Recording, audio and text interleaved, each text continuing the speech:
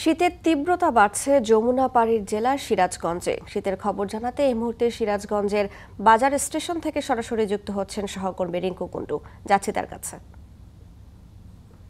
গত ২-৩ দিন ধরে সিরাজগঞ্জে তীব্র ঠান্ডা অনুভূত হচ্ছে এবং এই ঠান্ডা আমরা দেখছি যে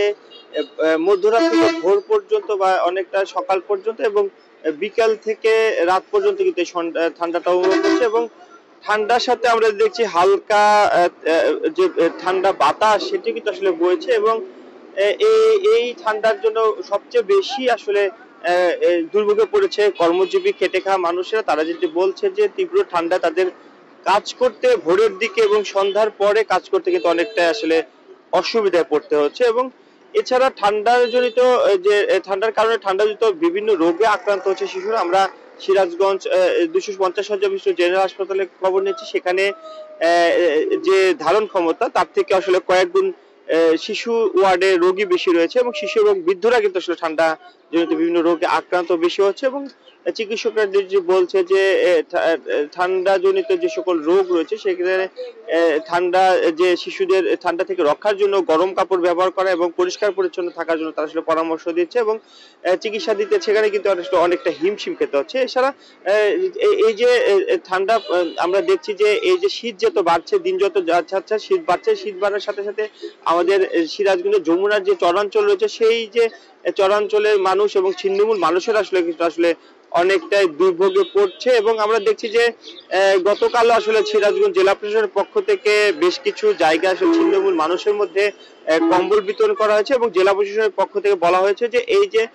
শীত বস্ত্র বা কম্বল বিতরণ কার্যক্রম সেটি কিন্তু আসলে আরো বেশ কয়েকদিন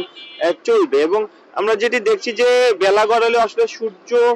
উঠতে কিছুটা দেরি হচ্ছে এবং সেই ঠান্ডা অনুভব হচ্ছে এবং ঠান্ডার সাথে যে তীব্র যে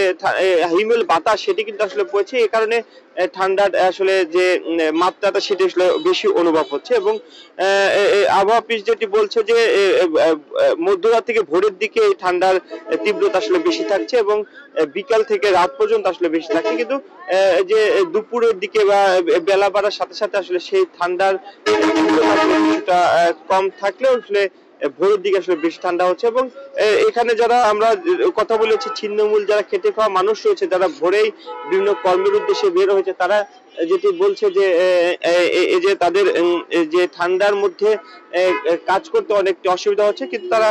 যে জীবন জীবিকার তাগিদে আসলে তাদের কর্মে আসলে বের হতে হচ্ছে এবং আমরা যেটি বলছিলাম যে এই যে ঠান্ডা বাড়ার সাথে সাথে কিন্তু আসলে ঠান্ডাজনিত রোগে আসলে শিশু এবং বৃদ্ধরা আসলে বেশি আক্রান্ত হচ্ছে। তো এই ছিল সিরাজগঞ্জ থেকে আমার কাছে শীতের যে তীব্রতা বাড়ছে তার সবশেষ খবর। আমরা সরাসরি যুক্ত ছিলাম সিরাজগঞ্জে।